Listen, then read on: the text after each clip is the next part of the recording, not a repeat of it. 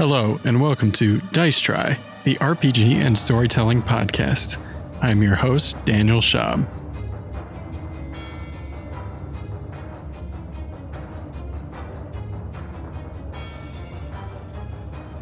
Hello, and welcome to the new episode of Dice Try. I am your host, Daniel Schaub. I am here with Paul Dixon, Earl Kim, Crystal Allen, and our audio engineer, GTM, which of course stands for Grab the Microphone. Grabbed it. How's everybody doing during this impressive heat wave here in Los Angeles as we record this episode? I believe it was 120 yesterday. Yep, 121 up in Woodland Hills, I believe. Yeah. At least we do have power today. We did not have issues of our power shutting off and things shutting off, and things are better today. Yeah. I haven't been outside in 2 days. Nice, Paul. Nice. I was going to ask, what do you guys do when there's such an oppressive heat? Yeah, can't exactly go to the beach or the pool right now. Nope. How do you combat the? I found myself chewing on a lot of ice yesterday. Showers. Ice packs, definitely. Yeah, We had some ice packs on us yesterday. Not to get too graphic, but in the privacy of my own home, I don't wear clothes. So that helps. Yeah. I also put a yoga mat on my bed when I wanted to lie down on my bed because the sheets were too much. Yeah, I definitely had a moment yesterday when I was like, the bed is hot. The bed is hot. It was just like, and it's not even like a fleece. It's just cotton, but the like feel of the cotton was too warm against my skin. And so I was just like, I can't handle it. And so I put my yoga mat down on it. Yeah. My AC only really cools down my living room. So the past 2 nights I slept in my living room rather than in my bedroom. Makes sense. That's probably best. Yeah. I mean, although I feel like your couch is pretty comfy. It's not bad. It's like 2 inches too short for me. Oh, yeah. Oh, that's the worst. It's like perfect for somebody right at like 6 foot. I'm just a few inches too tall. You just got a little too much. Yeah. Too much height. Darn my jeans. Do you dangle like your legs over the end? So it has a pretty high armrest. So I have, my feet and my head are elevated, so I'm like sleeping at a weird U shape. So it's like a weird hammock, like a hard, uncomfortable hammock that doesn't swing. That's right. I mean, I do have it hanging from strings that are attached to the wall. Yeah. I don't know if they're screwed into a stud, but there's been no structural damage yet. Good. That's good. That's pretty safe. Yeah, totally good. So on today's episode, we're going to start the new story that we are going to delve into. It is called The Black Patch. And before we get into the story and we introduce our new characters, I'm going to give a little bit of the setting that this story is set in. You're getting really into the sound effects. I'm sorry. We're getting transported. I feel like we should have a harmonica. It's also different from the that was I know, More of a There's a cool new ambient tune that Glenn put together that is very sexy. I mean, I'm in love with the new gothic theme that he composed. Yeah, I'm super excited because I think it's very different from what we were doing earlier, and I think it's really, really cool. Like I'm excited about all the sonic elements of this world. Yeah.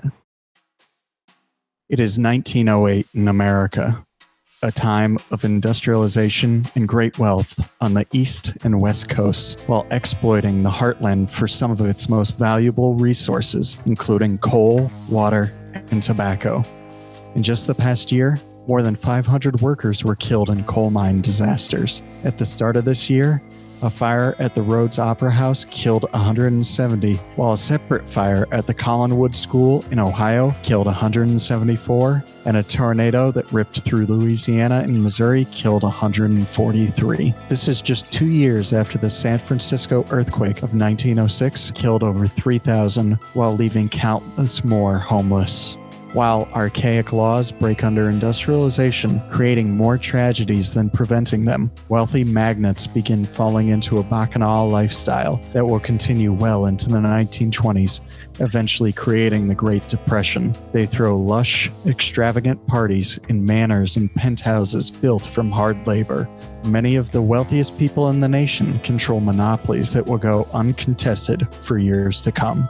As part of their extravagant lifestyle, the wealthy hire performers claiming to have mystical powers, including spirit mediums, magicians, and etc. They also take in performances of the grotesque, fully staged executions complete with either fake gore or viscera sourced from slaughtered animals. But even as this is going on, some of the country still fears the power of mystics and so-called witches. In the early 1900s, a woman and her child are burned at the stake in Pilot's Knob, Kentucky, for supposedly consorting with dark forces and using black magic. Also in Kentucky, since 1904, a silent war has been raging, the Black Patch Tobacco War.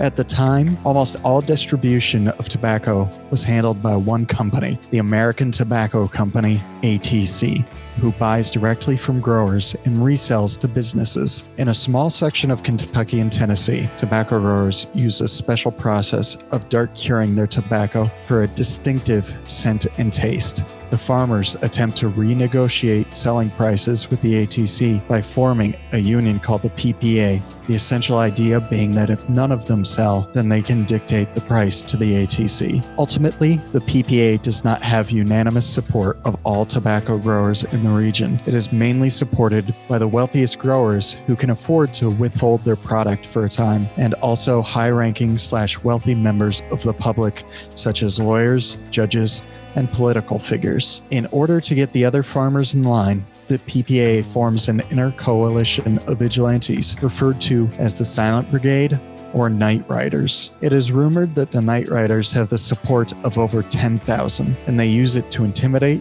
destroy property, and assault sharecroppers, especially those of color. From late 1907 to mid-1908, the Night Riders performed large-scale raids on 6 different major occasions, including putting one entire county under siege for a week. At the time in Kentucky, most plantations were communities unto themselves, with their own stores, houses, barbers, churches, and the like for their employees. Most farmers, almost regardless of color, were hopelessly devoted to the owner because their entire livelihood revolved around the plantation community.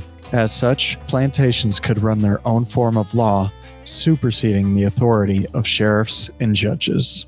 Our story starts in November 1908, late fall. Dark patches of tobacco fields sit amongst rolling green hills and are interspersed with fast-moving creeks that cut deep caverns into the limestone bedrock. It is late at night. A hazy rain hangs in the air, making it difficult to see beyond 5 feet. We are near a farm, but not a tobacco farm.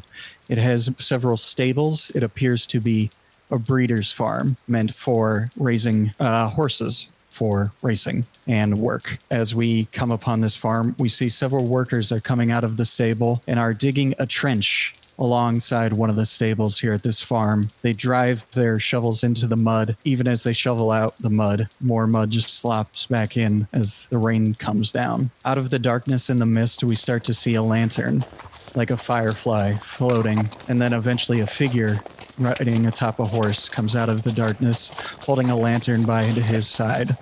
Paul, if you would like to describe what your character looks like and what his name is. My character's name is Sheriff Harold Comer, and I have a mustache. I am 5'9" and weigh about 158 pounds. I would say I'm about light skin as they come, and I'm wearing my uniform as I always do during my duty time.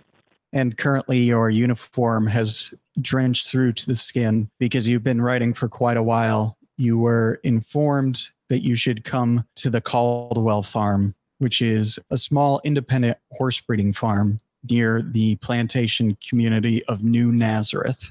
They didn't tell you what exactly it was. It was just one of their farm hands rode all the way out to find you in town. And then before you could even ask questions, he rode back. As you approach the stable where all these workers are, Mr. Caldwell comes out of the stable. He's a older man, probably in his 50s, kind of white receding hairline, white beard that's got a few flecks of his old black in it, but he's mostly gone white and gray at this point. Evening, Sheriff. Do I have a sight for you to see? Well, let's not take all night. Let's see it. You hop down off of your horse and he leads you inside of the barn. And as you walk down this barn, it's got many little pens for stables for horses to be in. But as you walk down, you notice that many of the stables are empty. Mr. Caldwell is not a wealthy man, but he makes a good living raising racing horses. He's bred some of the most famous horses in the country. So he should have horses all over this stable. Where are your horses? Well, that's the damnedest thing. We were breeding a new stock. I went down to New Nazareth to breed with some of the horses down there. And, well, I mean, you can just see for yourself.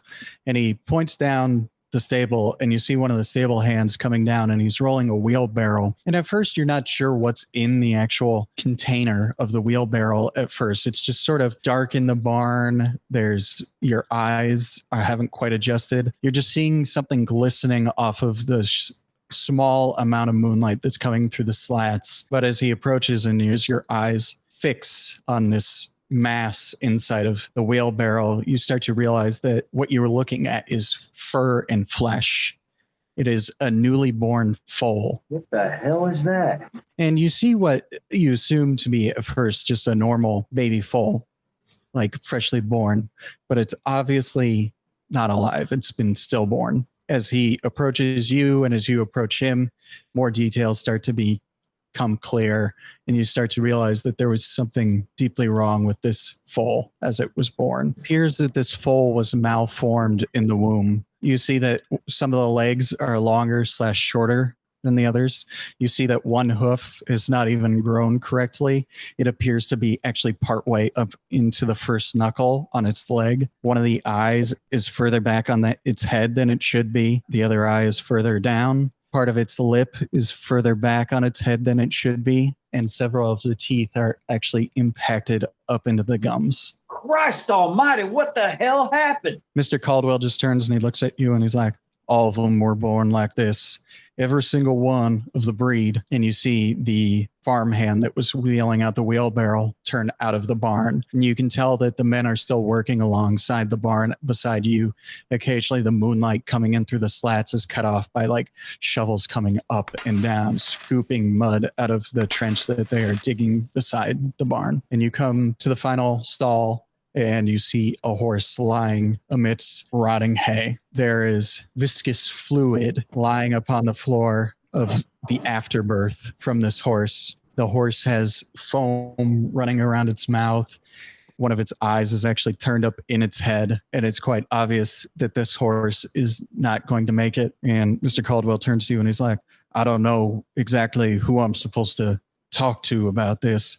It's the damnedest, most unusual thing I've ever seen. Every foal was born like this, malformed. Something evil's happening around here. We might need a specialist, because I don't believe the sheriff's office has ever dealt with anything like this either.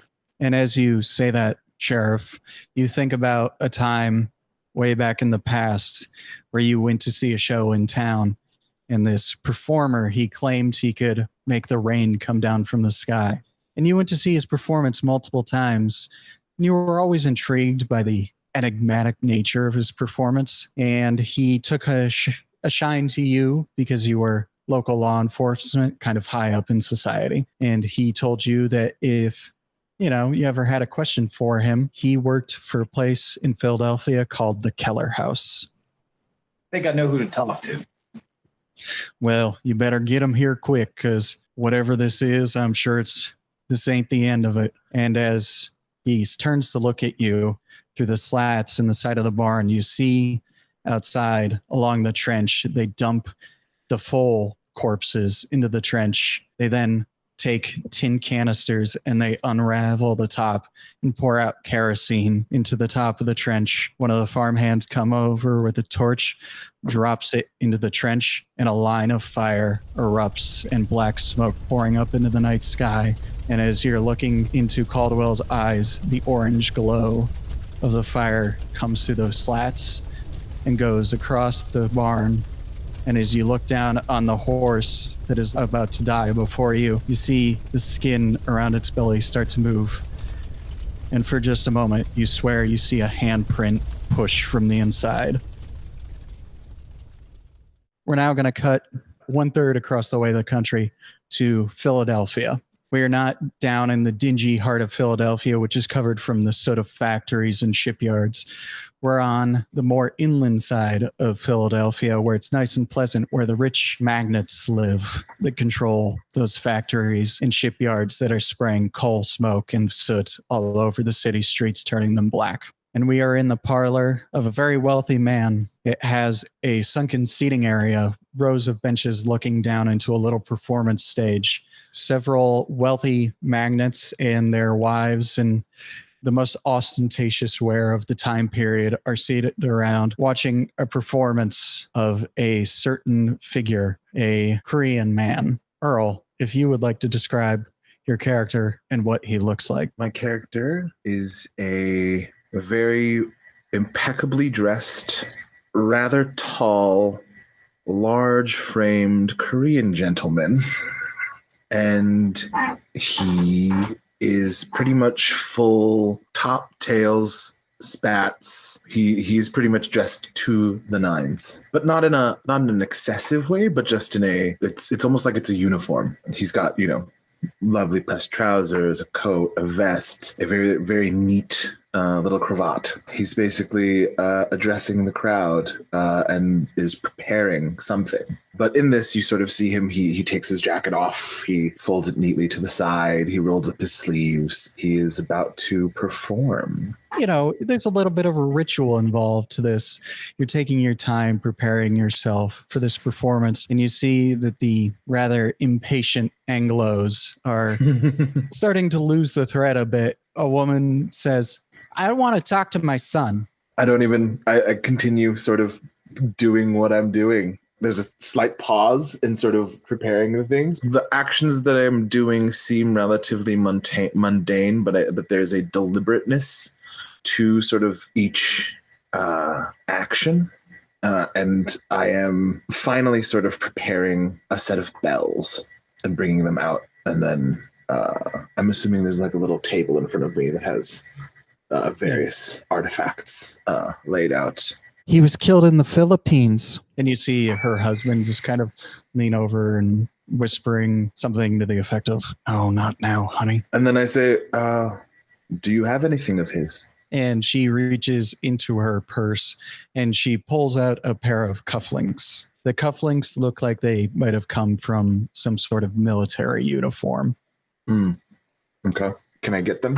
I'm just gonna they're all like sort of within walking distance of you. It's a fairly intimate setting, as opposed to performing like on a theater. Okay, Yeah. It's more like a cabaret venue as opposed to a proscenium arch. It's sort of like theater in the round, Okay, like you're in the middle of the crowd. great. So I can just, it's almost like I'm busking. Like I could just reach out, grab, pick up. Okay.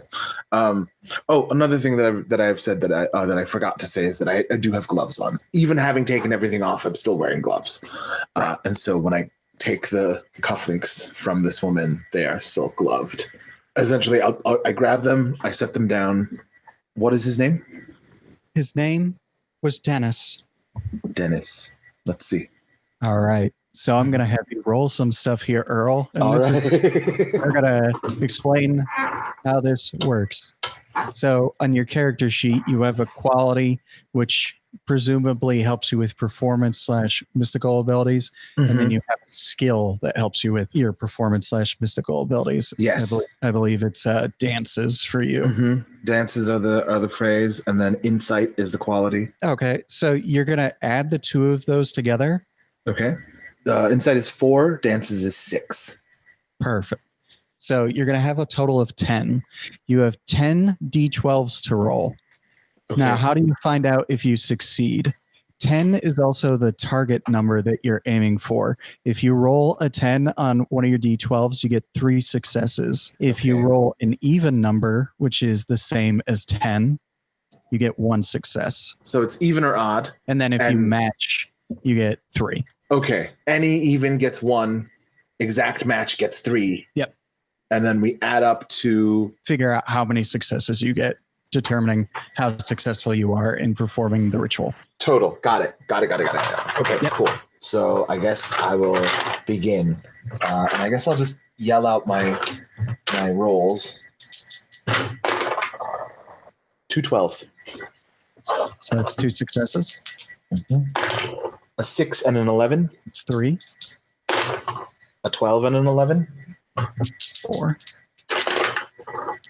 A 4 and an 8. And yeah, that was 10. Yeah. Okay, so you have 6 successes that you got.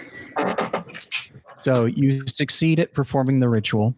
Yes. Would you like to describe how this ritual occurs?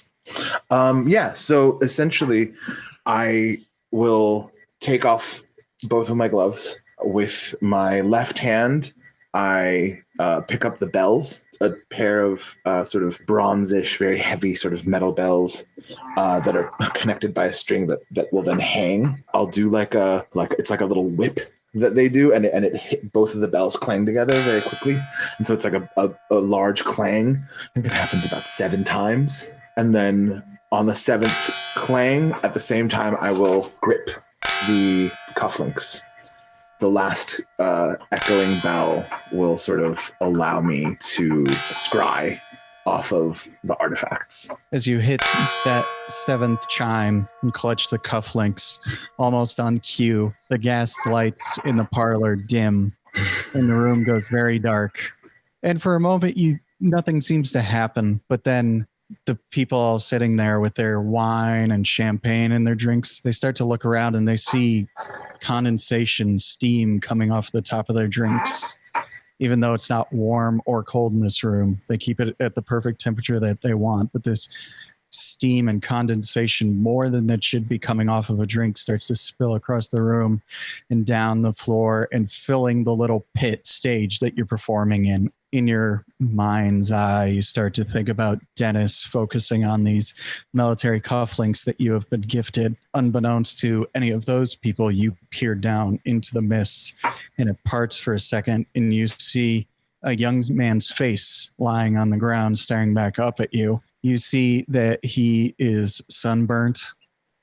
His hair is sweaty and matted to his skull. He appears to have some sort of skin rash, like he's been in a jungle or a swamp for too long, that's kind of peeking up the top of his collar towards his cheek, and his cold eyes are just staring up at you dead because he has a bullet hole through his cheek and out the back of his skull. I hate to bother you, but there are some people that wish to speak to you. Yes. You are Dennis, correct? That was my name in life. Your aggrieved mother has summoned you back to exchange some words. Do you agree to speak with her? Yes. We'll make a pact. I shall allow you to use my body for the next 30 seconds to communicate what you want. Upon this pact ending, you shall leave and you will return to the ground. Are we agreed? Yeah. Yes. And you see Dennis, the lifeless body of Dennis, he gets himself up onto all fours, but not flipped over onto his stomach on his back in an impossible position that he probably could have never done in life. And the people who are watching this, all they are seeing is this smoke swirl around your feet. They don't see the form of Dennis. And Dennis starts to crab walk his way towards you. And as he reaches out with his foot, he actually steps on your foot, but it passes right into it. And he starts to become one and leans up, coming to meet your face together as one. But then Dennis starts to stop and he looks over his shoulder for a second. Something's coming. Now? Yes. You see the smoke start to swirl even more around your feet. And the people in the room actually sort of stand up alarmed, and the floorboards start to rattle. And you see a nail actually pop out one of the floorboards, fly up into the air, and it hits one of the steps and it dings down the steps, clattering all the way down until it disappears in the smoke. And then the smoke goes very still. Something lunges out of the smoke, grabs Dennis, drags him back down. No. And the smoke seeps into the floorboards and disappears. And you feel the connection Dennis has lost. And as you open your hand that was clutching the cufflinks, you see that they have scorch marks on them as if they were thrown into a fire. Oh. I quickly put them down, put my gloves back on, and then pick them up and then put them in the old lady's hands. He was here for a moment, but he had to go. Is he restful? Is he in heaven? Sure. And we're gonna quick cut. Staying with you.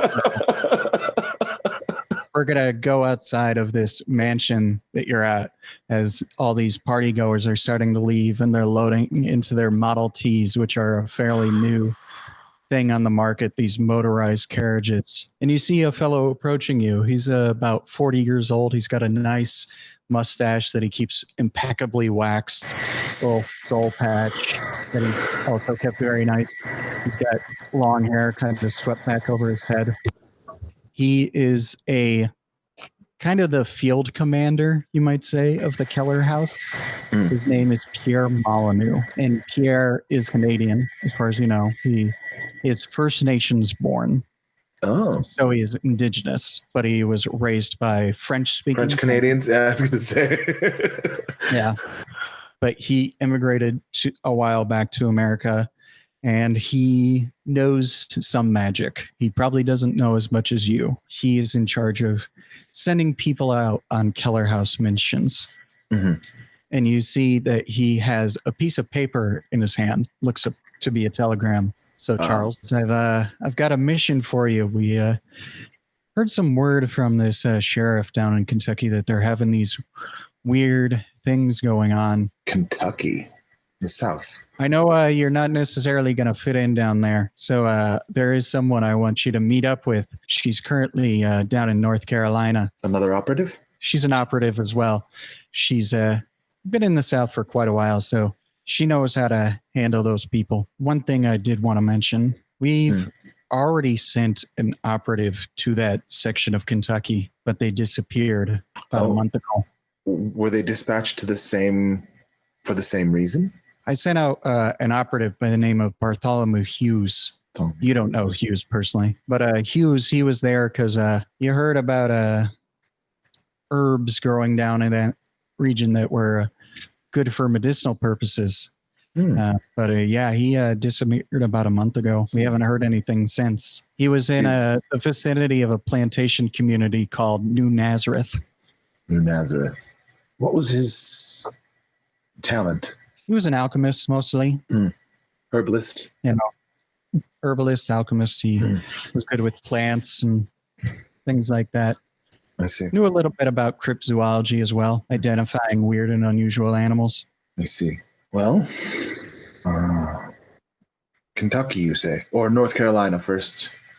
Yeah, so I've got your train tickets here, and he pulls out some tickets for you. And he's like, you're headed out, and you're going to be looking for a woman by the name of Maeve. And we are going to cut to kind of a small community out in the middle of nowhere in North Carolina. It's a community that's built up around a train station. So it has a lot of travelers coming in and out, farmers bringing in crops and whatnot, but it doesn't really have an identity of its own aside from that. But it does get a lot of travelers, including a traveling wagon, which is offering tarot card readings and helpful spells, claiming to be practicing hoodoo magic. And in the back of this wagon, there's a woman of indeterminate age by the name of Maeve. Krista, if you would like to describe your character and what she looks like. So Maeve is about, I'd say like 5'5", an Irish woman with long, curly, bright red hair and bright green eyes, freckles. And she looks to be about in her 40s, though her age is sort of undetermined. And she sort of, looks like your typical fortune teller with lots of skirts and scarves, and around on her waist as well. She has several pouches and things that hang off with several tools and, different accoutrement. A couple of children, probably preteens, 12 to 13, boy and a girl, come up to you, and they're very cutesy, puppy love kind of stuff, like holding hands, but they're not standing that close to each other, probably because they're worried that their parents will take a look over and get upset at them. But they come up to you and they're like digging around in their pockets looking for any change that they can find. And they're like, how much for a reading, ma'am? 5 cents. The boy, he reaches into his pocket and he finally fishes out a nickel and he drops it into the little jar that you have, and they climb up the steps into the back of your wagon, which is nicely enclosed by canvas and probably has all your little herbs and whatnot hanging down from the supports that hold up the canvas in the back. The thing is, no, you say it. Okay. So we were wondering, like, are we going to be together forever? That's a question that I hear a lot. It's something that a lot of people come to seek me for answers for. So let me consult my cards to see what's in your future. And I take out my tarot cards and start to shuffle them and sort of lay them out. So we're going to have you roll some dice here as well. You're doing divination is the skill. Which quality do you think is? I'll go with Entombed. Okay.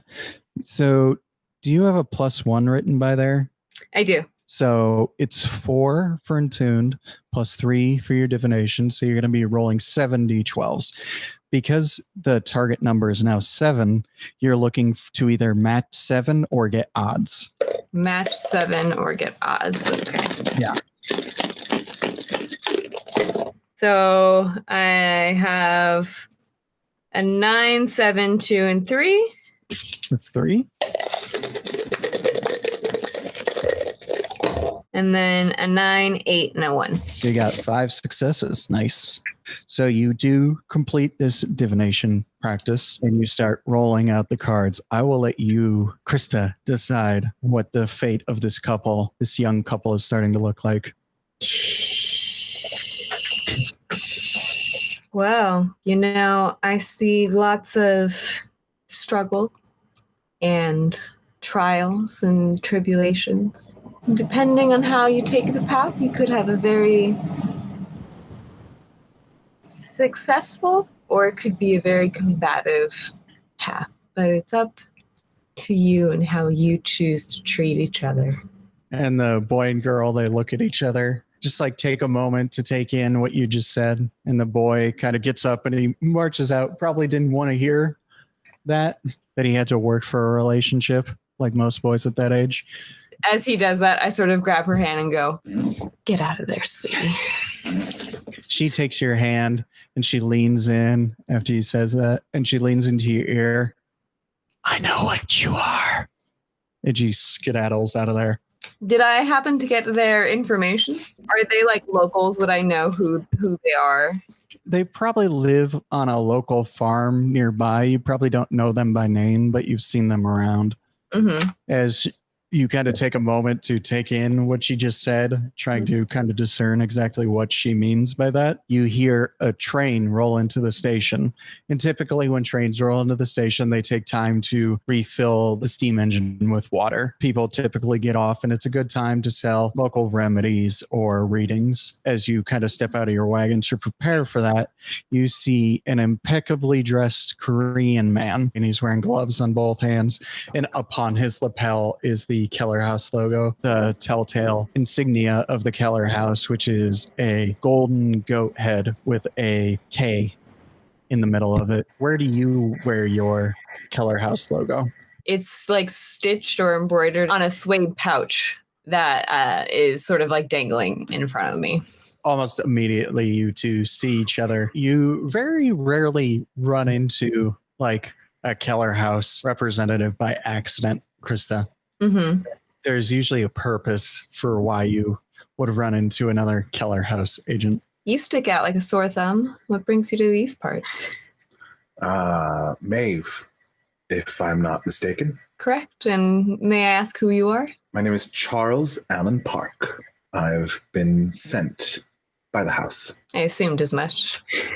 What can I help you with? Well, I've been notified by Sir Molyneux that there is an assignment for us down around New Nazareth. Apparently, another operative has gone missing. And then a report has come in of abnormal. Is there any more specifics around the abnormal doings that were reported, that were told by Molyneux? Did I get like a report or anything? Or So Molyneux told you that there were reports of animals being born malformed, also people being attacked by the roadside by wild animals, and that their teeth/claw marks were not matching any normal animal of that region. Great. All right. It looks to be largely cryptozoological in issue, as there are birth deformities and attacks of mysterious origin coming from unidentifiable animals. That's all I have for now, but I was told that you would probably be able to help out. All right. Well, I think the first thing we might need you to do is find some new clothing. It's going to be a long, dusty road, and you do stick out a little bit in this. Too formal. A little too formal. A little I too. We like to fly under the radar, at least how I travel. Understandable. It's been a while since I've been outside of the city. Any city. It's been a while since I've been inside of the city. I do sort of take off the jacket, maybe take my hat off. I offer you a cubby in my rolling wagon. It is warm, isn't it? So as you roll up your sleeve, we're going to cut forward a little bit. Maeve's wagon has been rolled into a cargo container on the back of the train. You two sit down in the sleeper car that you're sharing that is going to take you to Kentucky. And as you sit down, Maeve, you look out the window and you see that little girl is just staring daggers at you as a blast of steam and dust comes up and the train starts to take off and head west. I'm going to have to keep an eye on that one. Oh, nothing. Just young teenagers that think they know things, you know? Got lots of secrets to keep. I think you know what I mean. I do. I can't stop thinking about this very strange interaction I had right before I got assigned to this. I was entertaining affluent groups, and I was doing just a simple spirit possession, just to talk to your mom, cry it out, feel better, move on. But it ended abruptly. Something, I don't know, snatched this man. He had said, something's coming. Normally, the spirits I communicate to don't have that type of an emotional response. And this one was of palpable fear. I believe something may be further along than just a simple cryptozoological issue.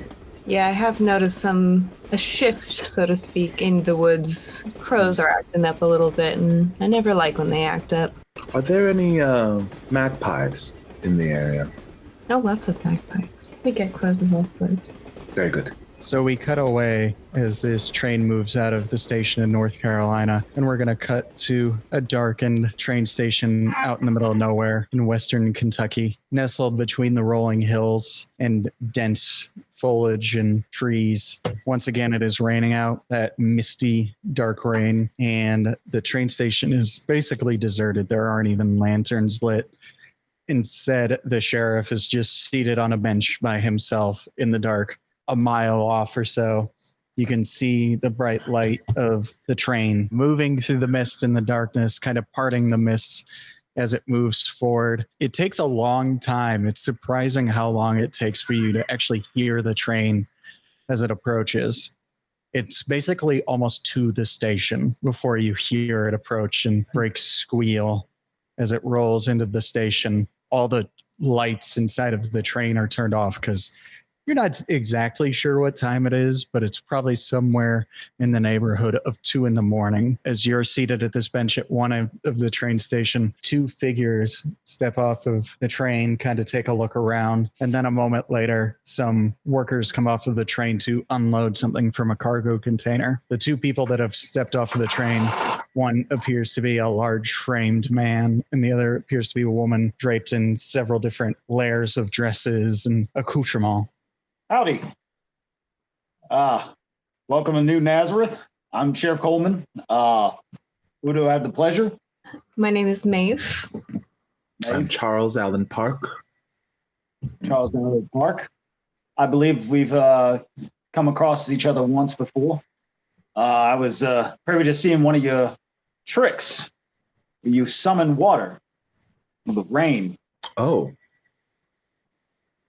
I believe you may be mistaking me for one of my colleagues at the Keller House, but you are in the approximate ballpark. Good thing then.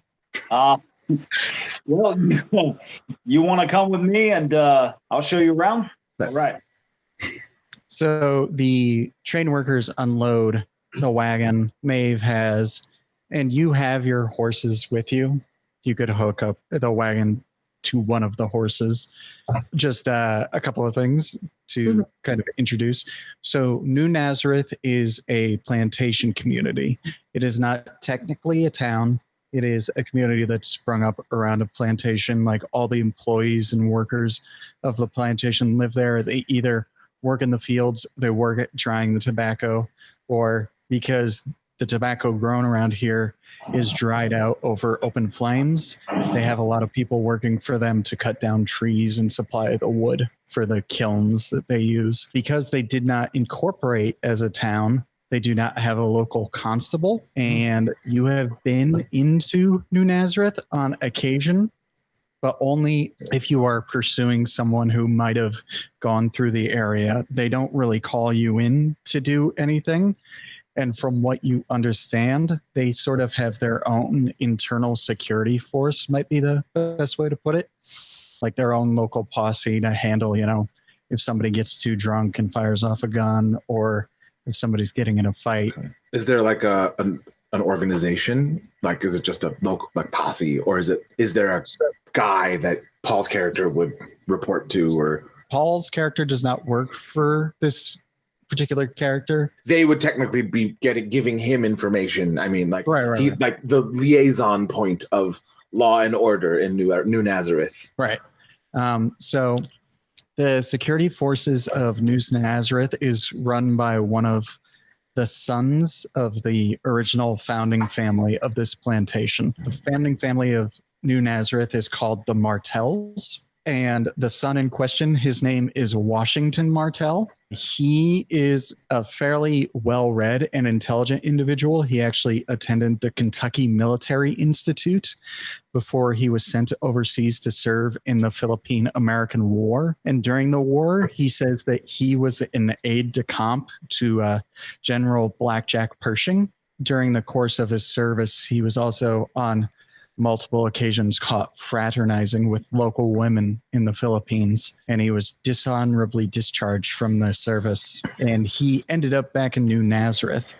During his time at the Kentucky Military Institute, he did study law, but he's never been a lawyer. He's a kind of a well-traveled, well-read individual that you kind of bumped loggerheads with because he tries to run New Nazareth like it's his own personal town, and that's why he runs the security force. Estimated population?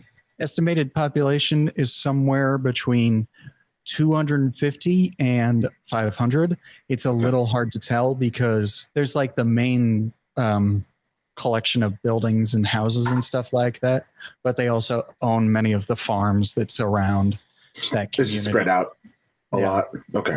And I'm assuming, so I'm just assuming that this is like all like dossier information that we'd be looking at while we're in the train. You could say that Paul just told you all this information that I just told you now. On our end, as far as Mr. Bartholomew goes, was there any other communication that existed before he disappeared, or was it he got assigned, never heard back from him, he's been gone since? There are a series of telegrams.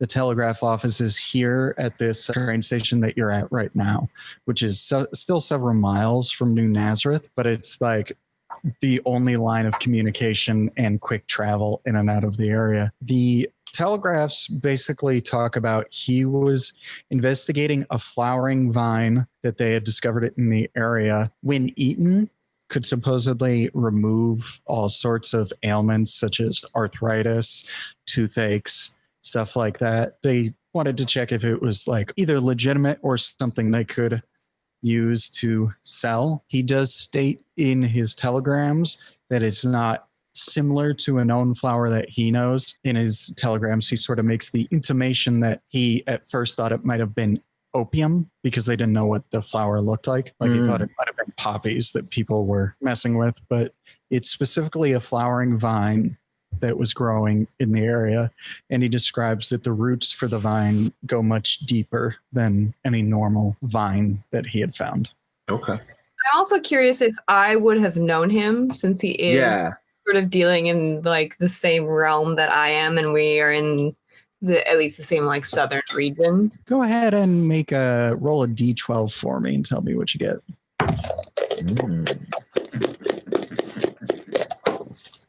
11.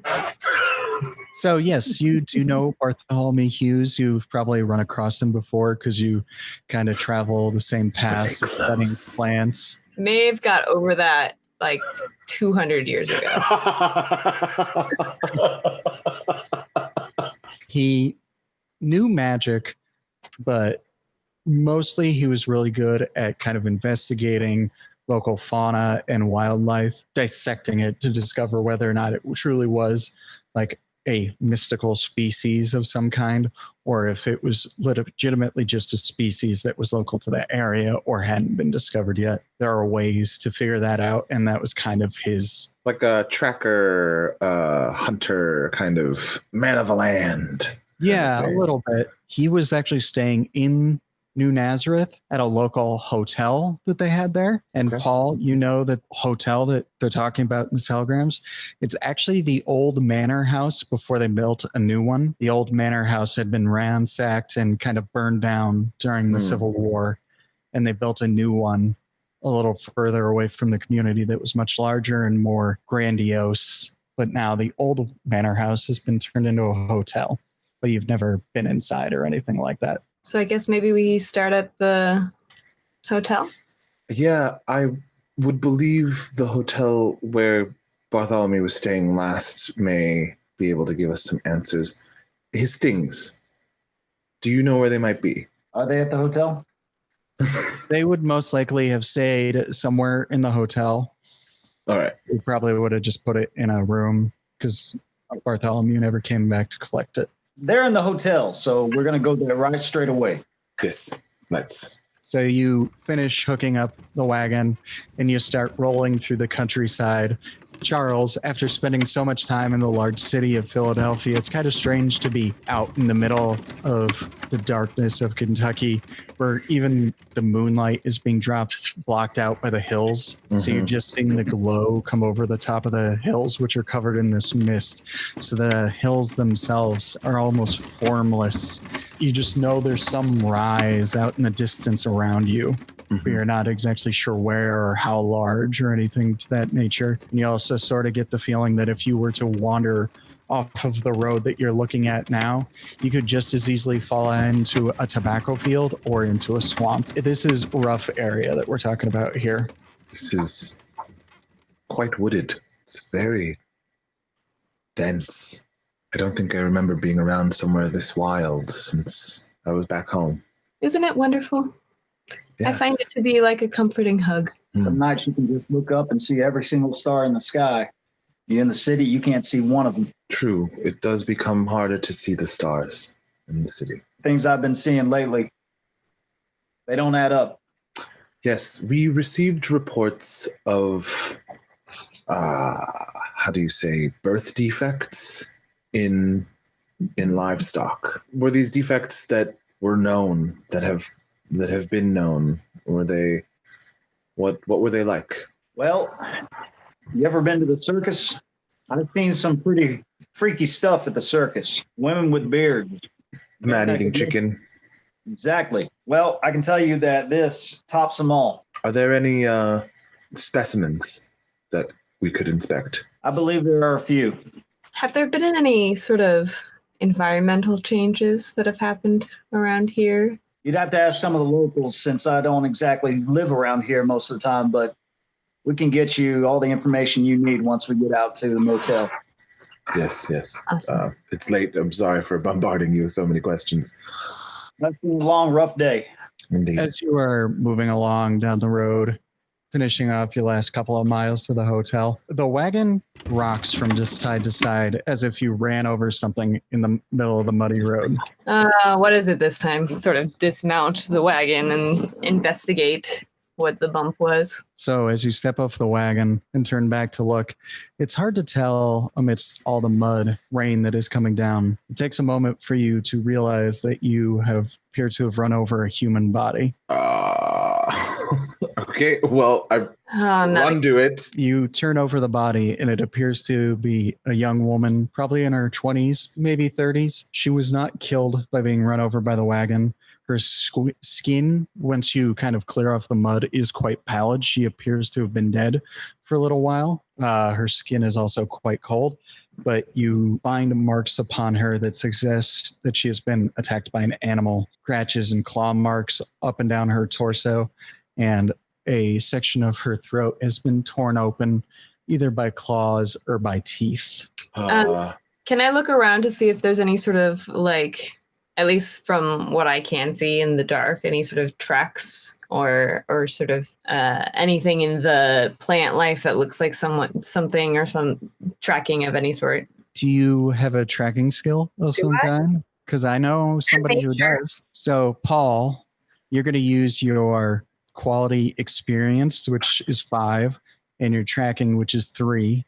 So you have 8 d12s to roll. The target number is 8. So if you get an 8, you get 3 successes. And if you roll an even number, since 8 is also even, you get 1 success.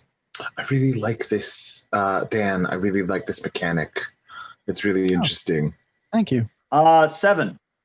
7. So that's 0 successes on the first one. You're going to do this 8 times.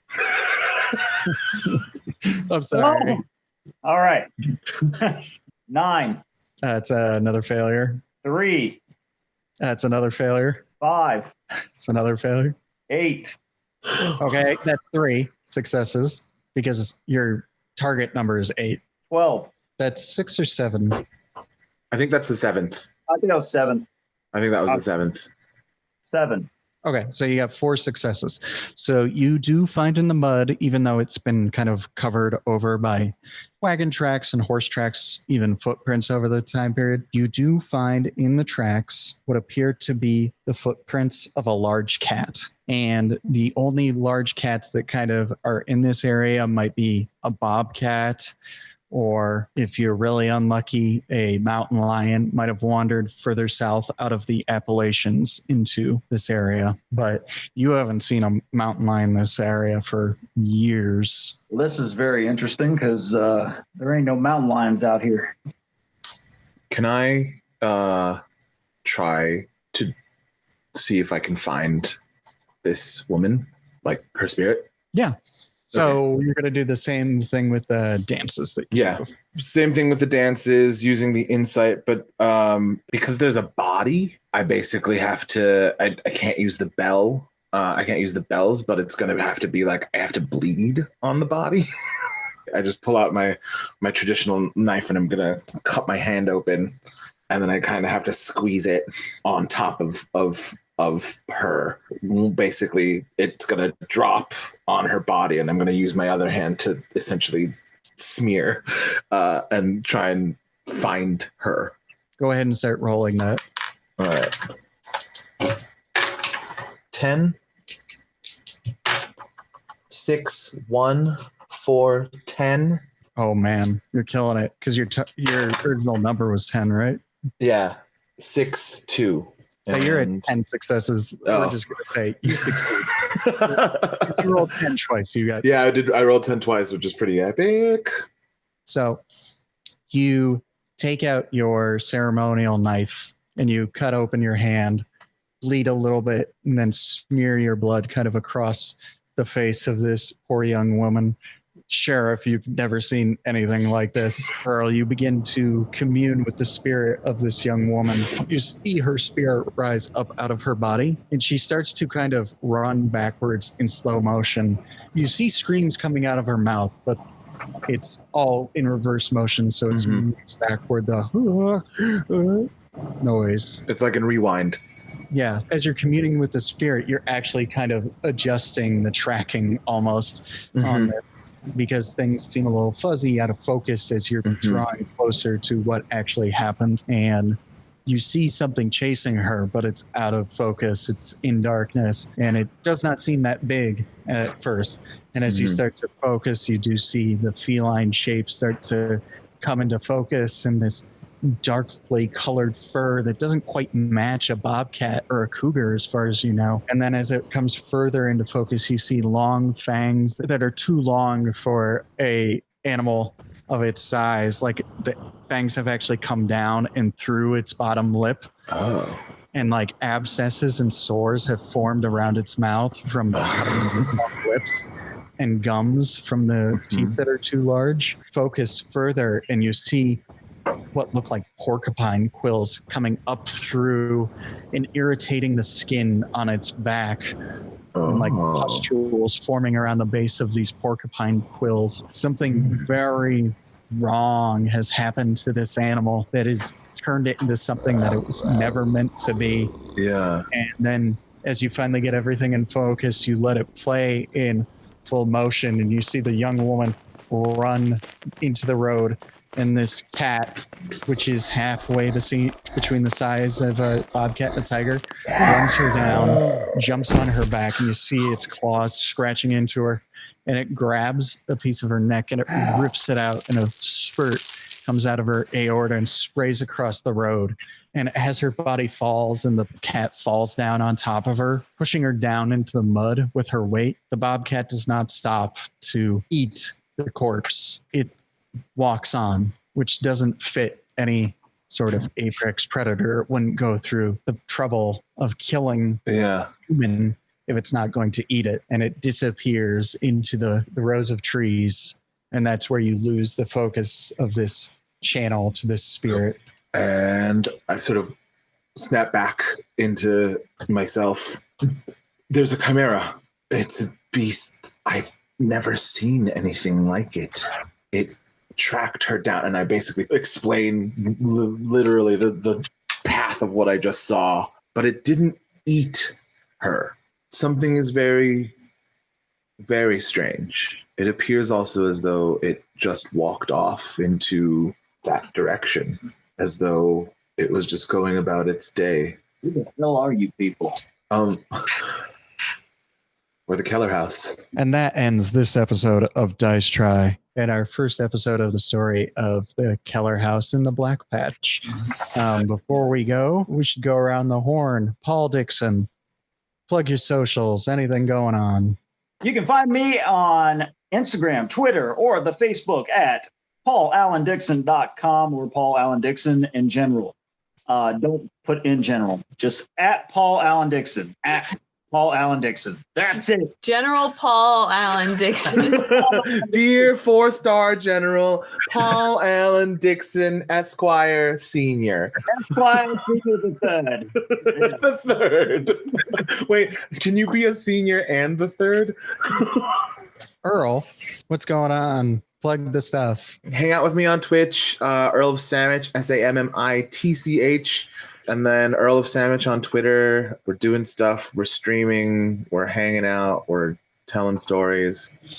Yeah. Thanks for listening, everyone. I'm really excited about this new arc. Krista Llewellyn. You can find me on Instagram at Krista Llewellyn MUA. I am still trying to figure out a new platform for my live streams, so make sure to look out on Twitch maybe under that same handle. And then I'm also selling masks and other makeup artist accoutrement at Shop Rogue Etsy. The Etsy is just Shop Rogue. And then you can follow us on Instagram at Shop Rogue Etsy. What about you, Dan? Time for Dan to do Dan. What about you, Dan? Oh, well, thank you for asking. I am at Hemingway Light on all the things. Well, Twitter and Instagram mostly. Hemingway Light, LITE, like a diet soda. Diet Hemingway? I'm going to pick What one would someone be like the Costco brand or the Vaughn's brand of Ernest Hemingway? Kirkland Hemingway.